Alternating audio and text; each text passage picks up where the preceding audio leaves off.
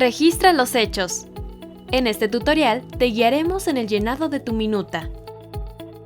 Minutas te invita a llenar los campos de objetivo, agenda, asistentes, acuerdos, notas, tareas y temas pendientes. Ya iniciaste la creación de una minuta. Minutas te guía en el llenado de los campos más relevantes para los participantes de una reunión. El primer rubro es objetivos. En este apartado se definen las metas de la reunión. Comienza por dar clic en el tab titulado Objetivos. A continuación, escribe el objetivo de la junta y da clic en Agregar objetivo. Para añadir varios objetivos, solo tienes que escribirlos en la barra de descripción y repetir el proceso.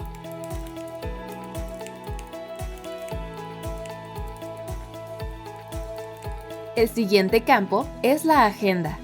Este punto detalla el orden del día o los temas a tratar en la reunión. Descríbelos y registra la hora de inicio y término de cada tema visto.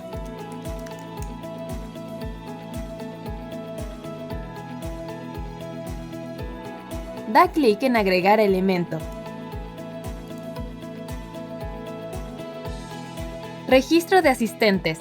En este apartado se registran los participantes de la reunión.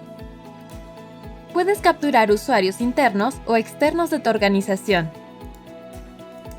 Si es alguien de tu empresa, el texto predictivo va a sugerir el nombre y correo con solo teclear el nombre de la persona en cuestión.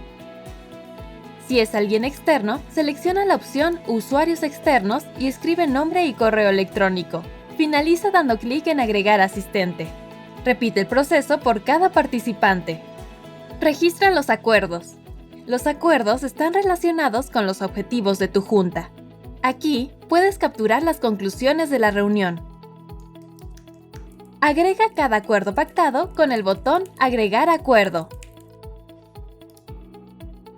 En el campo de notas podemos escribir alguna nota relevante.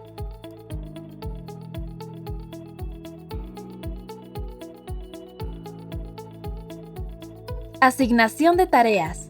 A través de Minutas puedes asignar tareas a los miembros de tu equipo.